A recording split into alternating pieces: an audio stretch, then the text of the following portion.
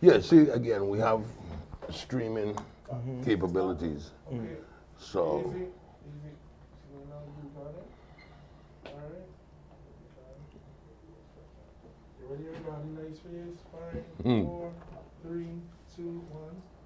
we got to say welcome to Focus VI, your weekend, Saturday radio magazine. And we got a special guest, Rudy Pettersen. Now, most people may not know that name unless you was in business or in radio here at WSDA. Rudy was one of our awesome salesperson. He created the packages that made a difference. Rudy, welcome home. Good seeing you again. Glad to be here. Glad to be here, Peter. So again, tell our listeners a little bit about yourself and how you started in radio and sales here at WSDA. I started in radio here back, actually when I was in high school, when we were in Frenchtown. I used to do a gospel program on the weekends. It started first on a Saturday with, I want to say, Sonny Davis, who had introduced me. It was a Boy Scout project for me. It was an Eagle Scout project, and where I did a program with him, and then it led to me having this program at the station. And then I started college at UVI, and I found my way into getting a job here. And it led to some very interesting things that Addie and Len had set me up with the Radio Advertising Bureau. And I got a number of certifications in the radio marketing arena that put me in a position to be able to do some very creative things here. And it worked out well for me. I was here for quite a number of years. You know, unfortunately, I left here. I had some challenges in my health and other things going on, so I had to leave, you know. But about me having left here, it was a good experience for me, having been in radio, and especially in sales and marketing here. And while away going to grad school and Watham postgraduate school, I got myself in a position to be able to do things in sales and marketing that, to this day, have been pretty much rewarding for me. Awesome, awesome. You know, one of the things that we can talk about, the Virgin Islands is a unique market. It's an international market. And share with some of our listeners and you know, how you created packages and how you made it work.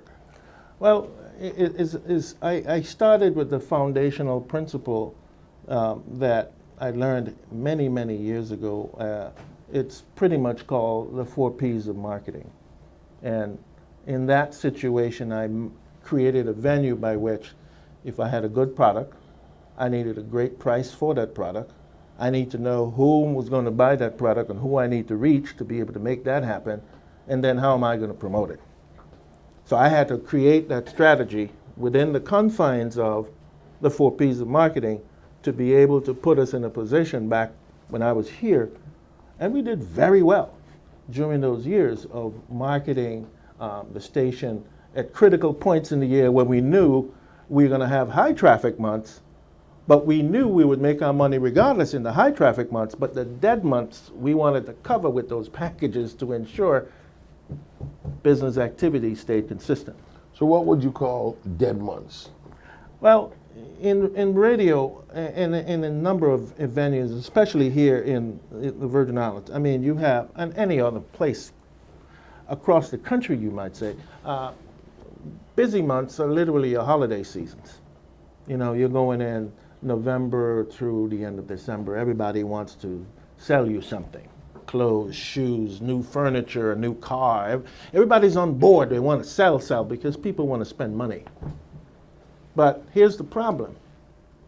Historically in radio in the Virgin Islands when I was here, January and February were literally dead. People spent their money for the holidays. So they didn't have a whole lot back when I was here.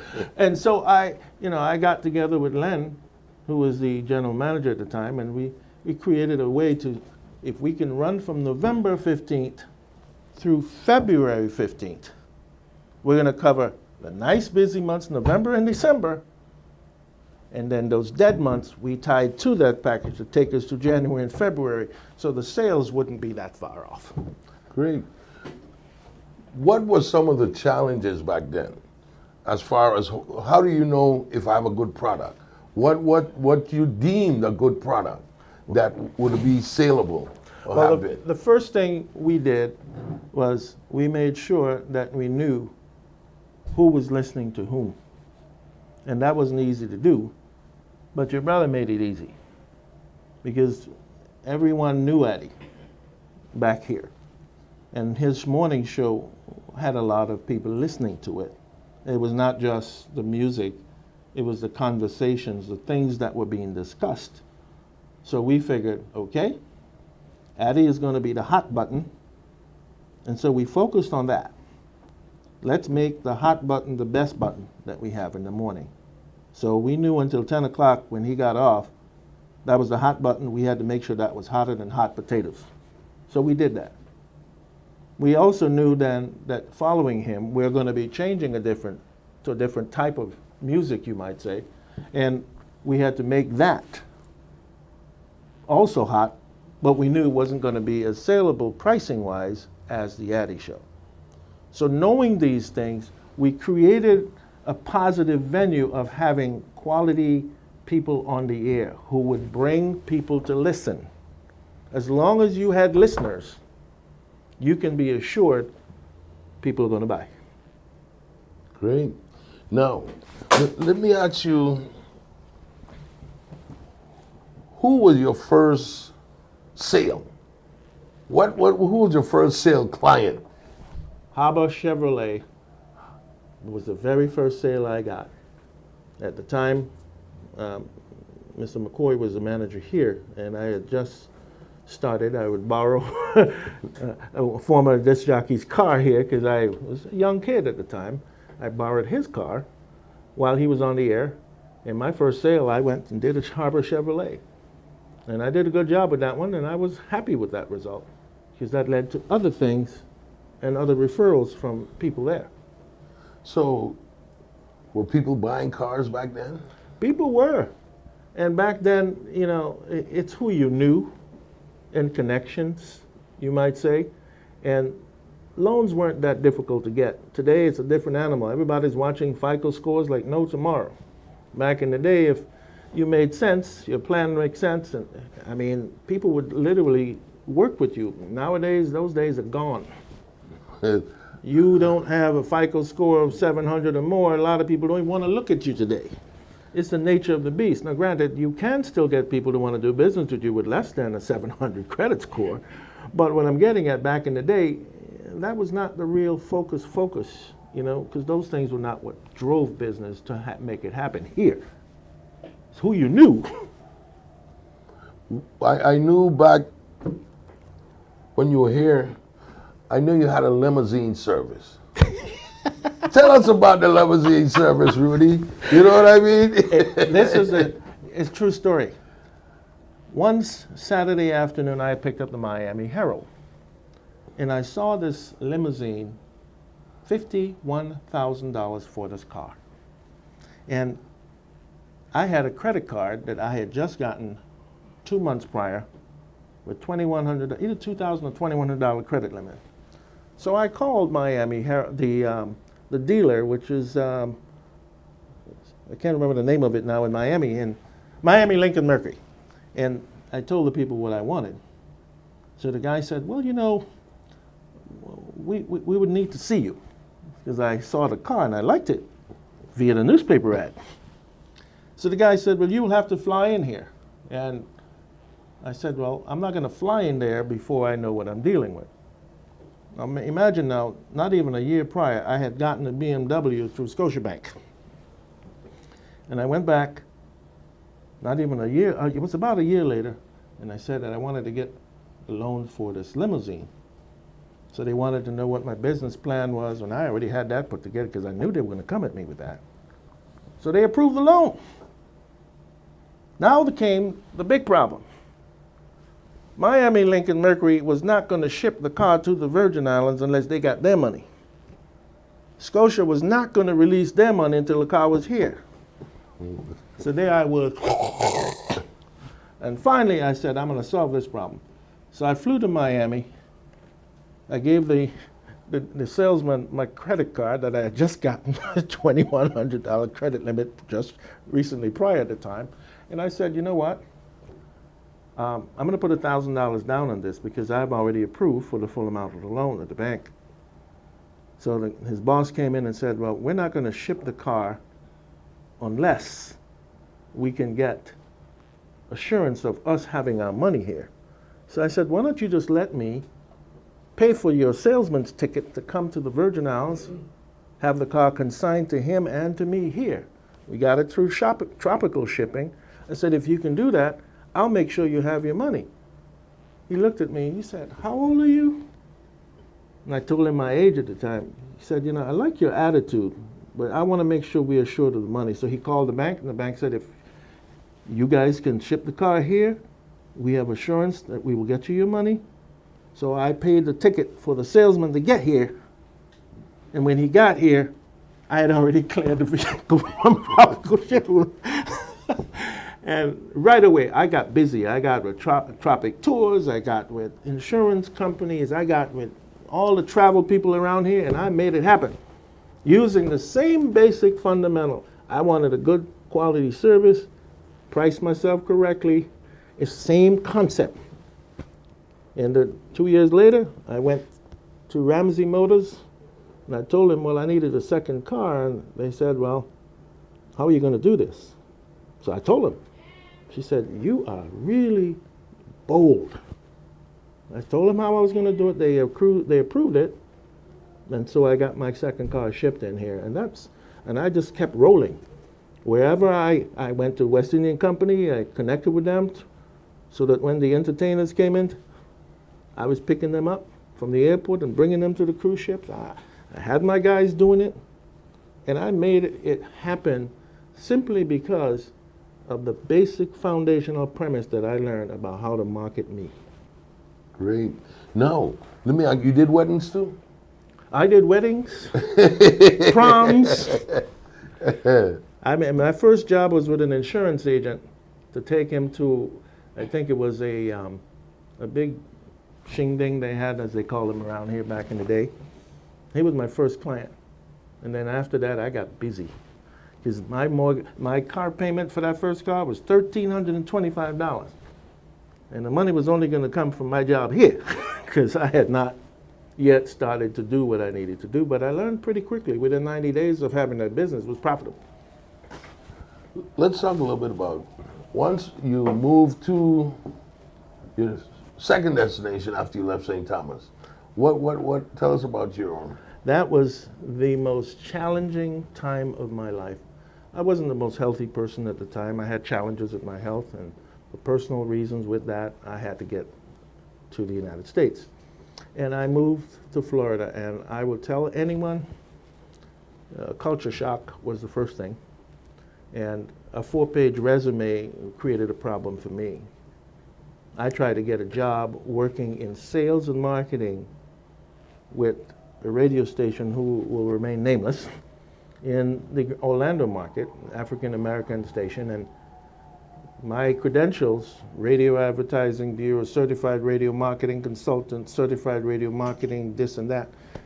And these people looked at me like I was nuts. Overqualified? Yeah, the sales manager didn't have none of those. And I was not happy. And I found myself in a predicament. I couldn't even get a job.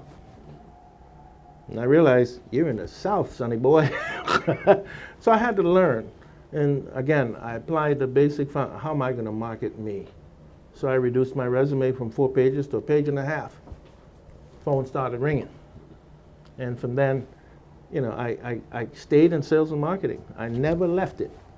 I did some teaching temporarily for a while and realized that teaching at universities in America, unfortunately, that kind of money that was being offered at the time, I mean, $50,000, $60,000, I was making way more than that here before I left.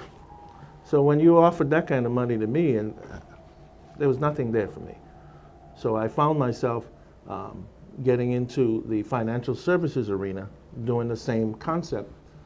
And I was hired by a company who decided to take a risk on me. He said, I'm going to take a risk on you. I said, what do you mean? There's something about you, he said, that I like. So he set me up with a system called Vorcom, where we did automatic dialing of 1,000 calls per day. And I will never forget my marketing message till I die. And I literally told people I can get them in a house $1,000, and how it worked. Phone rang off the hook. I became one of their top producers for 5 straight years. Again, it's how you do what you do to make all the difference, and you have to know how to market you. A lot of people just don't know how to do that, and hence the word failure becomes a way of life for them. I never stop trying to be better.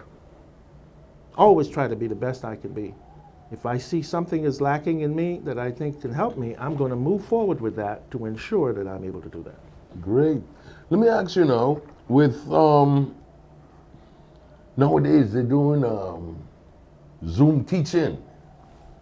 Have you considered that? I mean, you have a wealth of information now. You don't want to leave it on the table. No, I do. Zoom is a way of life for today, and especially in view of COVID. And I had some challenges that created an issue for me, where I had to be a part of doing Zoom meetings and so forth. And I still do a lot of them, even with stuff with my church and other things, business-related meetings. I'll set things up, and we'll have Zoom meetings, one-on-one conference via Zoom. You still do that.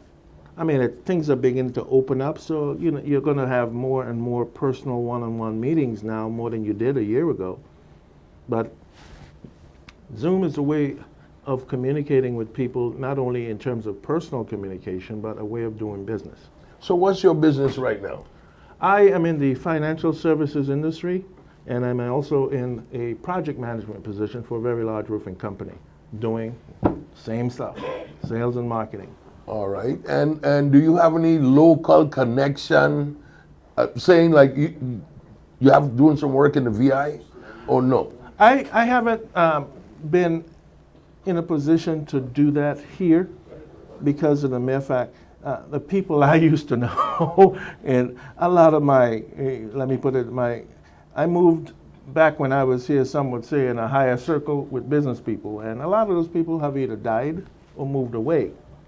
And I found myself, when I came back here a few days ago, I was able to meet a few of them. They're much older now and not in business or anything, or retired and so forth. So I always wanted to come back home, but the opportunities were just not there for me. And then last year with COVID, that kind of closed the door to a lot of things, And what would have been some of the, say, goals or projects that you had in mind? Say if you had the opportunity to come on home, what would you do or want to do?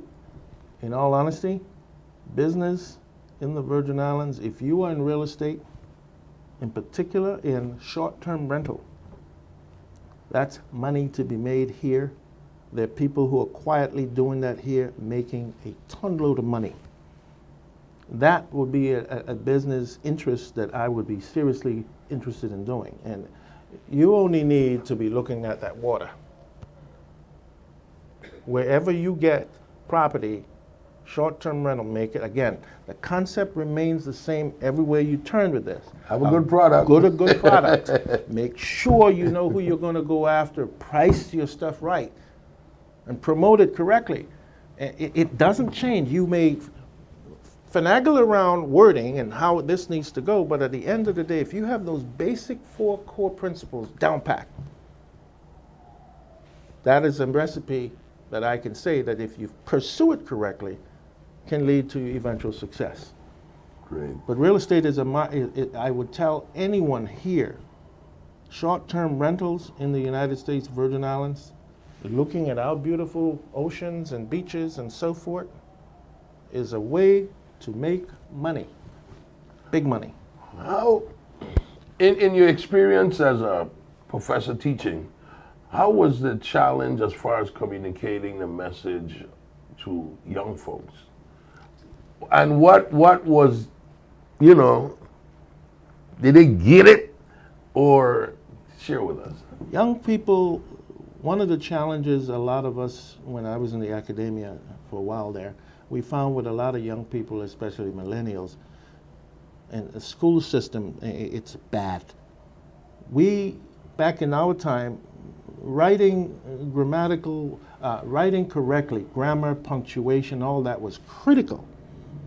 And we saw, when I was teaching, a lot of young people, great with content, great ideas, a lot of words.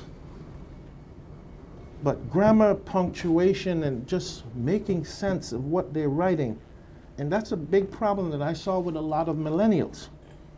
So those of us who knew and were educated way back in the day, when we see this kind of stuff, we go like, so now you have to adapt. And you look at how they write, some of them, and how they speak. And now we have gone to a world, even this country, where everything is a new pseudo massaged word, or back in the day, we used the President of the United States, and now we got POTUS. And we got all these little nuances and so dealing with young folks, there's always this stuff you have to adapt. But there's some of them who understand the core principles that they need to know how to read and write. My youngest kid is 21. He just graduated from college in December. He has a degree in cybersecurity with a 3.98 GPA. Can't get a job. Cannot get a job. Why not? No experience as far as work. Has all the certifications the most professional people in cyber would have. Can't get a job. Comes a problem. And I could identify with that. As a pilot, you know, you get certified, and I'm ready to go. And they said, well, oops, you need 400 hours of flight time. Well, you can't get a job. How do I get it if you don't hire me? You're supposed to be bringing the world to heaven when you don't have the ability to do it, and nobody's giving you that opportunity. And see, that's the same problem that we find why we have so many young people so discouraged, not only here in the islands, but across this country. Now, with respect to your son, Yes. I don't know where he applied for a job, but I know with the cyber confusion that's going on, all the federal monies that's moving around the place, we could use him here in the VI. Before he leaves, he needs to fill out an application with Government House and whoever, and just leave his resume. Because again, we need to support our own. And the good thing, Rudy, is that we don't have to force our young people to come home. You could work from wherever you're at. That is correct. And that's the beauty about it. You got a laptop with the You right can work from wherever you're at. But You the can do thing anything. is, we have to, like I said, they're our children. We have to look out for them. Yes. We got to convince them that, hey, we ain't gonna reject you if you come home. You know what I mean? We might not have all the money you think you want for a minute, but we got love. We need you to teach those who didn't read the script, can't really execute up to the 2021 system. We need them to come home. And that's a powerful message. You look at this cybersecurity venue or career. There's been over the last 3-4 years a whole lot of talk about getting degrees in this area. Because again, WAPA had a cyber attack sometime a year or two ago, something like that, where millions of money was whoop, it's gone. You understand what I'm saying? So we need our young people to come home. Yeah, We need for them to apply. We need for them to come and share their story, their experience. So it's not just based on what's on paper, but people are aware of you, and yeah. It's amazing that Prior to in the last 6 weeks, we had 2 major cyber attacks on critical fuel and meat Yes. entities in America. Corporate America historically has seen dealing with cybersecurity as a secondary priority. We got a computer, we got software, we have some of the different malware bites and so forth to ensure we don't have certain things. But the experts who are cons out there, they know way beyond that stuff. And only now is corporate America is beginning to really see, well, maybe we really need to get serious about dealing with having the right stuff to protect our equipment. And not, well, you know, we need it in the government. Well, that's where There's it a lot of starts. there's a lot of stuff happening that people can't even identify. Maybe not even reported. Not only that, you look at, for years, we've seen, even with the IRS in the United States, their computer system for ages was out of date. The stuff they were using for years, not where it needs to be. And it's not just the IRS, it's government as a whole. We have to be mindful we can be attacked just like any business.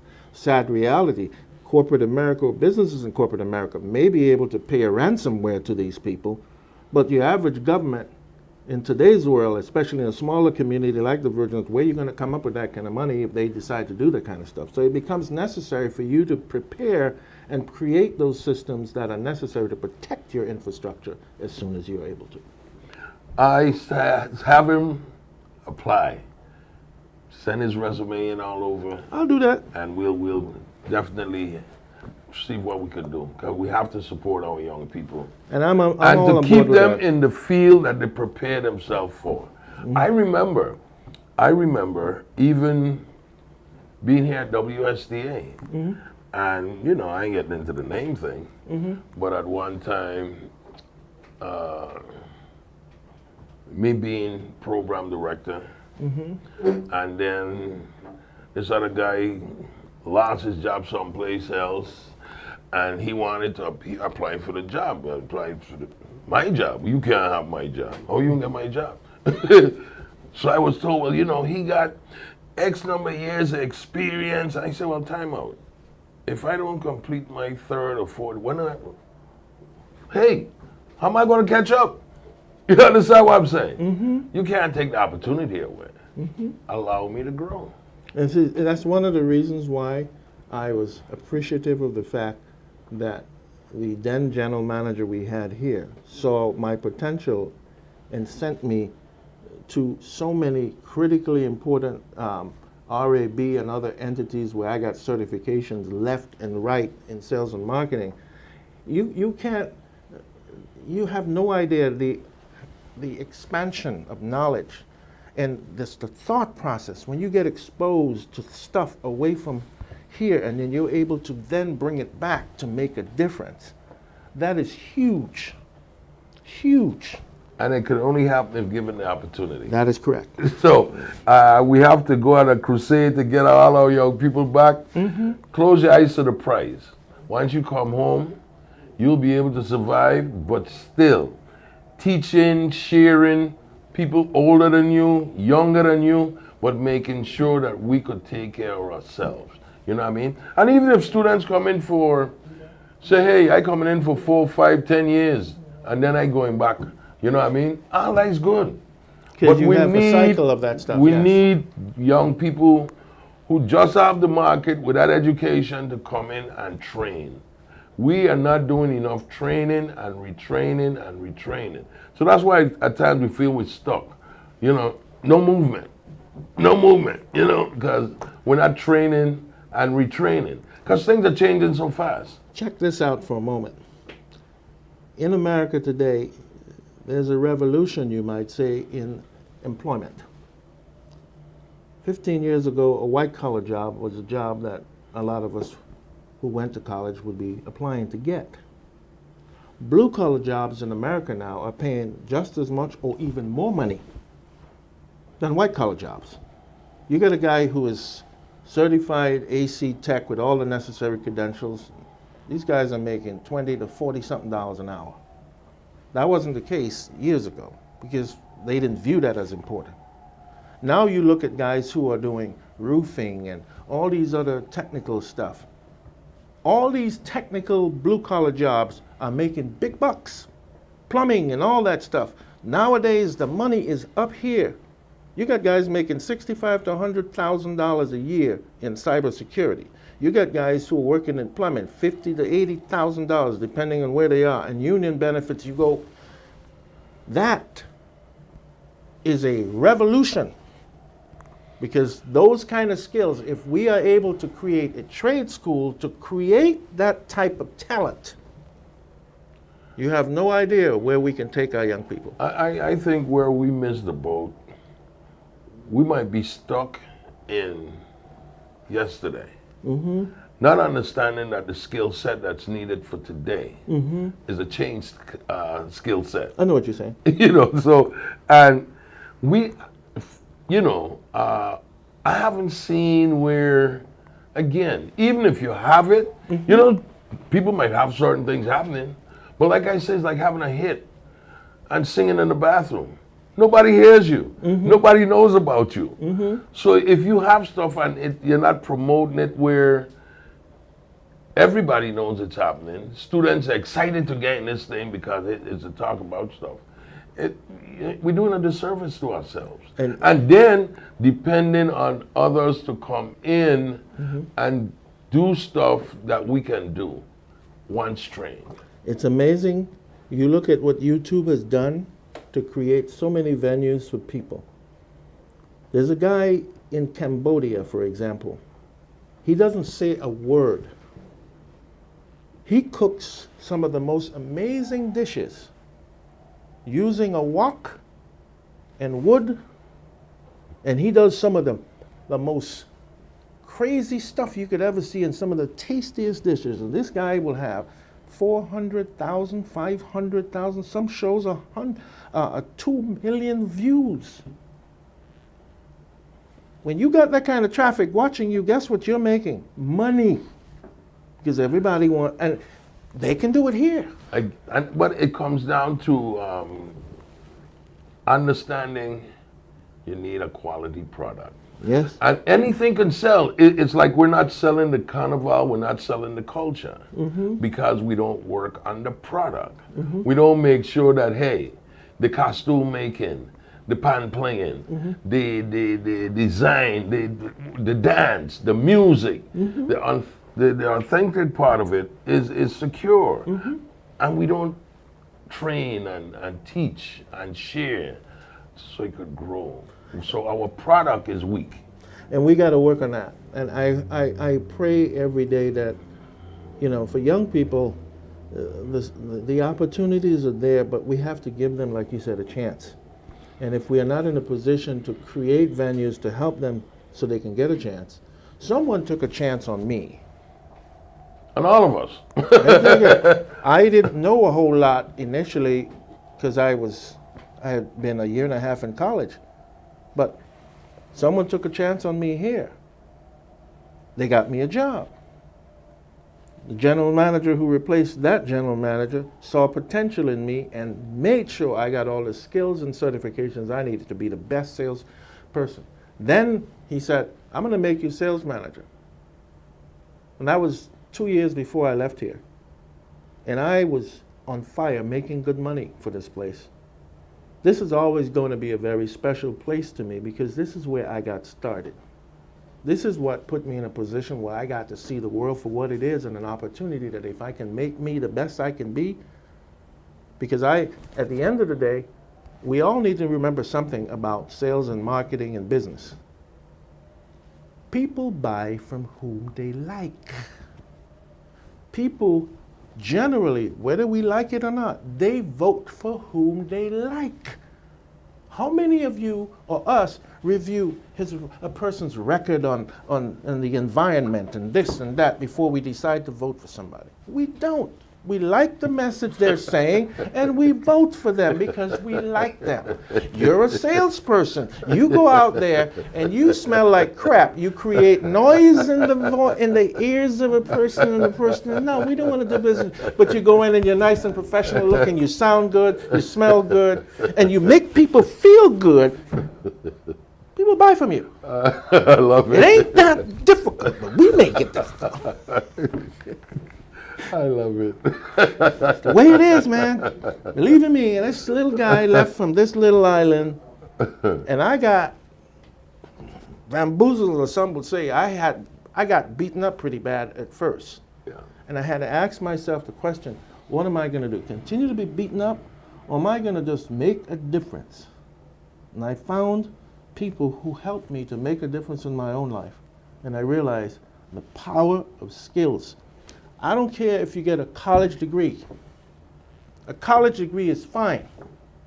But if you don't have a skill in this society, you're in trouble. So I'm always telling young people, get that piece of paper, but make sure you have a skill that's marketable to help you with that piece of paper.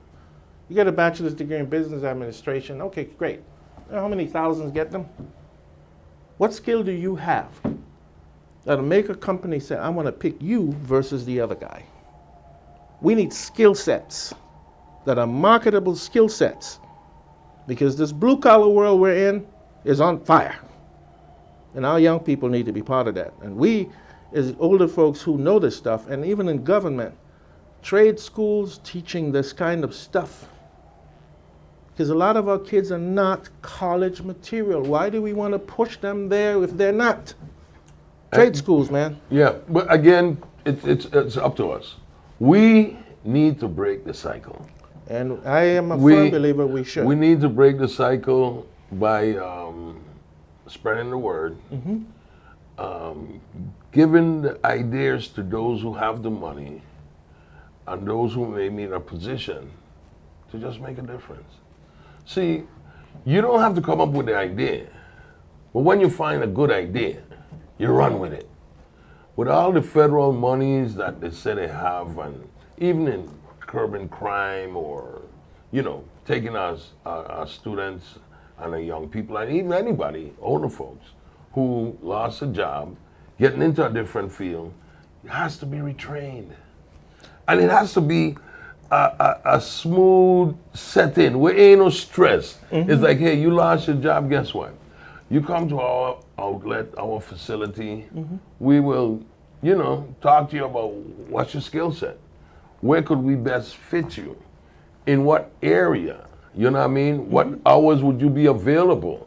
You know what I mean? And based on that, you know what, hey, if we take you here, you could start out making X number of dollars, but you steady long enough, the maximum is X, Y, Z.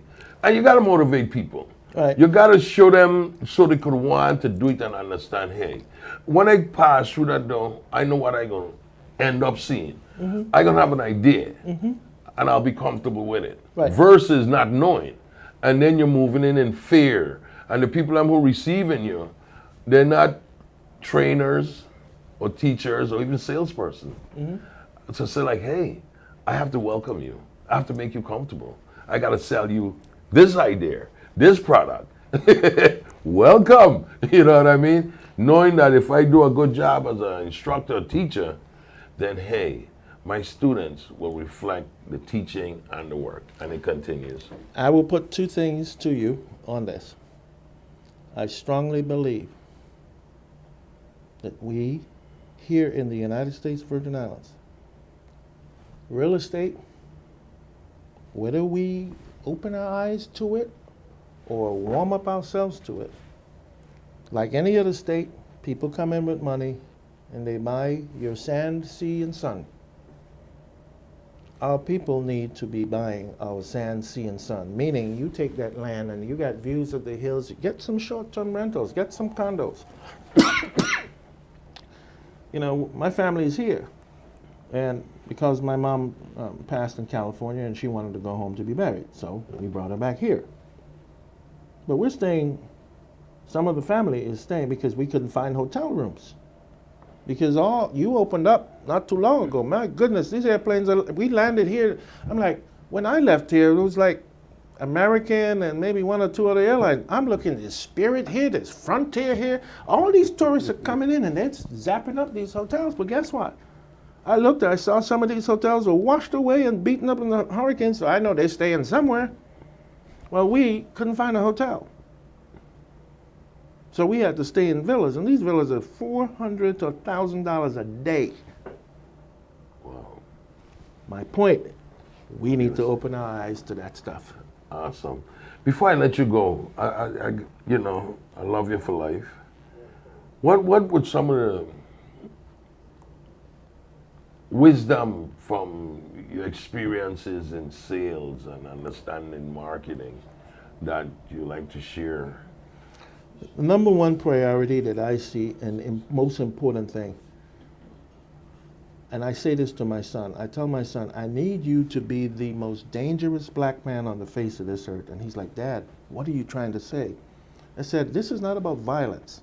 This is about you being able to read and write and be cognizant of the society that you're in and how to live within it, having the skill sets that you need to succeed, and being able to control your emotions and your ability to succeed, putting those things into perspective. If you can read and write, express yourself, have the skill sets and the education you need to succeed, and you pursue those things, that's the critical component. The other part of this that I see is never giving up.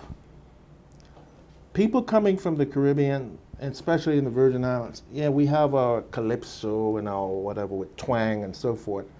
I'm not saying to take that out of your culture, but we have to get to a point where speaking grammatically in English and so forth to communicate to the outside world who is going to be doing business with you and I.